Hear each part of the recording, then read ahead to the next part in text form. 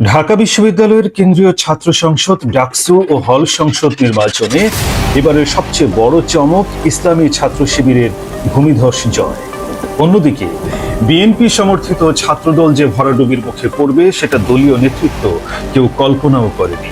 বিশ্লেষকদের মতে জুলাই আগস্টের গণ অভ্যুত্থান পুরো দৃশ্যপট পাল্টে দিয়েছে।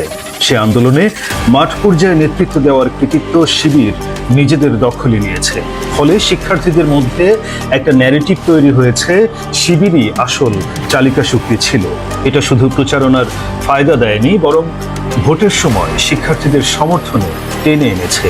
শিবির আরেকটা কৌশল নিয়েছিল, তারা প্রচারণায় ধর্মভিত্তিক বা ডানপন্থী স্লোগান তোলেনি, বরং মধ্যপন্থী ভঙ্গিতে ভোট চেয়েছে। ঐক্যবদ্ধ শিক্ষার্থীর জোট নামের ব্যানার ব্যবহার করে শিবির তাদের প্রার্থী দাঁড় করায়, যা অন্য সংগঠনগুলোকে অবাক করেছে। ছাত্রদলের ব্যর্থতার পেছনে কয়েকটা কারণ স্পষ্ট হয়ে উঠেছে। প্রস্তুতির অভাব, নির্বাচনী কৌশল একেবারেই দুর্বল ছিল। তারা ভেবেছিল বড় সংগঠন হিসেবে স্বাভাবিকভাবেই ভোট পাবে, কিন্তু এতটা ধস নেমে যাবে সেটা আঁচ করতে পারেনি। ঐক্যের অভাব, ছাত্রদল একক প্যানেল দিয়েছিল, কিন্তু অন্য প্যানেলগুলোর ভোট যদি একসাথে যোগ করা যায় তাহলে শিবিরকে হারানো যেত। অথচ ছাত্রদল এই ঐক্য গড়তে ব্যর্থ হয়। ক্যাম্পাসে উপস্থিতি নেই, আওয়ামী লীগের দীর্ঘ শাসনে ছাত্রদল কার্যত ক্যাম্পাস থেকে ছিটকে গিয়েছিল। ফলে বর্তমান শিক্ষার্থীদের সঙ্গে তাদের যোগসূত্র দুর্বল হয়ে যায়। নেতিবাচক ভাবমূর্তি, অতীতে বিএনপি ও ছাত্রদলের সময় হলে দখল, চাঁদাবাজি, গণরুমের অভিযোগ ছিল। সেই স্মৃতি এখনো শিক্ষার্থীদের মনে আছে।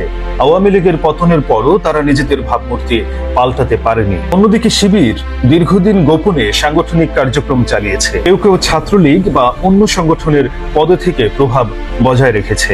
আওয়ামী লীগের পতনের পর তারা প্রকাশ্যে এসে দাঁড়িয়েছে এবং শিক্ষার্থীদের কাছে বিকল্প শক্তি হিসেবে জায়গা করে নিয়েছে। এখন প্রশ্ন হচ্ছে, ডাকসুর এই ফলাফল জাতীয় রাজনীতিকে প্রভাবিত করবে কিনা? বিএনপির ভেতরকার অনেকে মনে করেন সরাসরি জাতীয় নির্বাচনে এর প্রভাব পড়বে না, কারণ ডাকসুর ভোট মানেই জাতীয় ভোট নয়। আবার ইসলামী দলগুলোর অনেকে বলছেন শিক্ষার্থীরা বিকল্প বেছে নিয়েছে, যা জাতীয় নির্বাচনে প্রভাব ফেলতে পারে।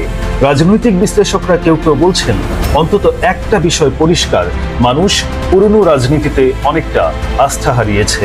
ক্যাম্পাসের ভোট সেই বার্তাই দিয়েছে। শিবিরের জয় শুধু সংগঠনের দক্ষতার ফল নয়, বরং অন্য দলগুলোর ব্যর্থতার প্রতিফলন। আওয়ামী লীগের দীর্ঘ শাসনে দমন পীড়নের কারণে ছাত্রদল দুর্বল হয়েছে, আর বিএনপি নেতৃত্বও বাস্তবতা বোঝেনি। ফলে ক্যাম্পাসে যে জায়গা